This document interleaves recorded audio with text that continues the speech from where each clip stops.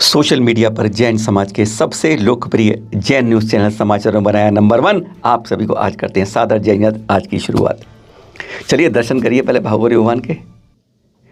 वैसे बाहुबली स्वामी के 4 प्रमुख क्षेत्र प्रमुख हैं प्राचीन रूप से। सबसे पहले यही श्रवण बेलगोल, जिनका भी 12 मार्च को स्थापना दिवस था इस मूर्ति का। 12 मार्च 931 वह वर्ष है जब इसकी स्थापना की गई थी। 1088 साल पहले कह सकते हैं आप, 92 साल पहले। इसके बाद प्राचीन में गिनती आती है गोमटगिरी की, फिर करकल, कारकल और वैनूर की। ये 4 प्रमुख बाहुबली स्वामी के तीर्थ कहे जाते हैं। आज हम बात कर रहे हैं दूसरे नंबर के प्राचीन तीर्थ गोमटगिरी की। गोमटगिरी की बात करने के लिए कुछ कारण हैं जो इस तरह की पोस्ट दे रहे हैं। ऐसी कुछ पोस्टें पिछले समय से देखी जा रही हैं बार बार, और इसी ने हमारा ध्यान खींच दिया कि जाइए, परखिए और जांच कीजिए गोमटगिरी। कह रहे हैं कि हम दर्शन करने गए, 11 बजे गए, कोई शाम को गए, तो वहां पर हमेशा गोमटगिरी तीर्थ के दरवाजे कपाट बंद मिले, दूर दूर तक कोई नहीं मिला। हैरानगी की बात होती है, इतना प्राचीन तीर्थ, 700 वर्ष पुराना तीर्थ और बंद पड़ा है। आइए आपको दर्शन कराते हैं गोमटगिरी के। मैसूर जाते हैं ना जब हम, तो वहाँ से महज 20 किलोमीटर दूर है। यहाँ पर स्टेट बस सर्विस तो है, बाकी आप मैसूर से वाहन लेकर यहाँ पहुँच सकते हैं। यह है प्राचीन तीर्थ है जैन समाज का, बाहुबली स्वामी का। 700 वर्ष प्राचीन कहा जाता है। यहाँ पर श्रवण बेल की तरह 20 फुट पद्मासन बाहुबली स्वामी की तप करते हुए उसी रूप में प्रतिमा विराजमान है। यह क्षेत्र देख रहे हैं आप, कितना विशाल तीर्थ है, कितना अतिशयकारी कहा जाता है। पर कहा जा रहा है इस समय दर्शन नहीं हो रहे हैं।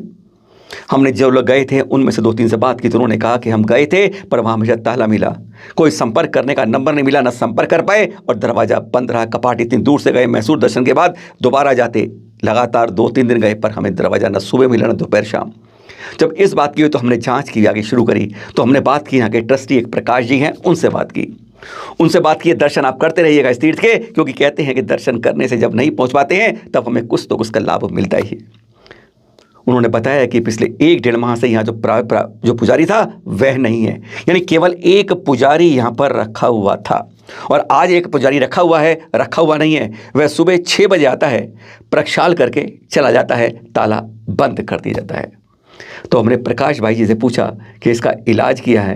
कहता अब यहाँ पर यात्री आते ही नहीं हैं, और कोई आता है हमें सूचना दे देता है, हम पुजारी को व्यवस्था कर देते हैं और हम दर्शन करा देते हैं। आज हमारे इस प्राचीन तीर्थ की व्यवस्था इतनी सिमट कर रह गई है, ना कोई ठहरने की व्यवस्था रह गई है, ना भोजन की व्यवस्था रह गई है। यानी मैसूर से आओ, मैसूर चले जाओ और एक बार दर्शन करके वापस लौट जाओ। आज हमारे बड़े बड़े तीर्थों पर यह हालत हो रही है।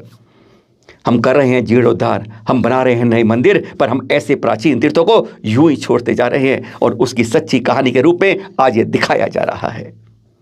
गोमटगिरी इंदौर की नहीं, हम मैसूर वाले की बात कर रहे हैं। इतना प्राचीन तीर्थ है, ये कितना सुंदर भव्य है, एक बार जाके देखेंगे तो मन गदगद हो जाएगा। पर सवाल हम उनके ऊपर से हटके आप पर आते हैं। वो पुजारी की व्यवस्था कर रहे हैं, कह रहे हैं अभी हमारा पुजारी नहीं मिल पाया है, जिस दिन हो जाएगा तो पुजारी यहाँ पे, क्योंकि उसी के आवास की व्यवस्था है यहाँ पर। अब कोई पुजारी नहीं है, इसलिए हमारे तीर्थ पर ताला बंद रहता है। और अगर आप कहेंगे तो आप प्रकाश जी से संपर्क करके उनको बता देंगे तो आपके दर्शन की दरवाजा खोल दिया जाएगा। बस इसी तरह से हमारे तीर्थ बड़े बड़े बंद रहते हैं। पर कारण क्या, हम बात उसकी करते हैं। अब आपसे सवाल ये हम अपने आप से और आपसे कर रहे हैं कि हम दोषी ज़्यादा हम हैं, 90% दोषी हम हैं। अपने पुराने तीर्थों को, अधिक्षेत्रों को हम कैसे बचा सकते हैं, यह हमारे लिए गलती है जो हम इसको ध्यान नहीं देते हैं। कुछ बात बताते हैं आज आपको कि ऐसे तीर्थ हमारे कैसे संरक्षित रह सकते हैं। कमेटियों के भरोसे मत रहिए, कुछ अपनी बाजू पर कुछ करके दिखाइए। पहली बात, जो आसपास के साधर्मी भाई होते हैं वह यहाँ पर नियमित क्षेत्रों में प्रक्षाल पूजा करने के लिए आएँ। रोज़ नहीं आ सकते, दूसरे दिन आएँ, समय बनाकर 2-2 की 4 की टोली के रूप में इस तरीके से इन क्षेत्रों पर आते रहें। दूसरी बात, जो दूर दूर से आते हैं, पूर्व से आते हैं, पश्चिम से आते हैं, उत्तर से आते हैं, वह दर्शनार्थी पर्यटक के रूप में आते हैं, टूरिस्ट के रूप में आते हैं, वह यहाँ पर रखे कि हमें इन तीर्थों के दर्शन अवश्य करने हैं जो इस तरीके से प्राचीन है और अतिशयकारी हैं और जो हमारे यहाँ से धीरे धीरे निकल रहे हैं।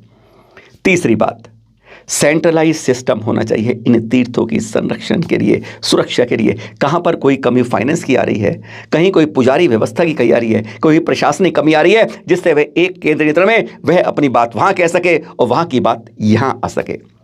चौथी बात, समय समय पर ऐसे क्षेत्रों पर विधान आदि आयोजित करने चाहिए।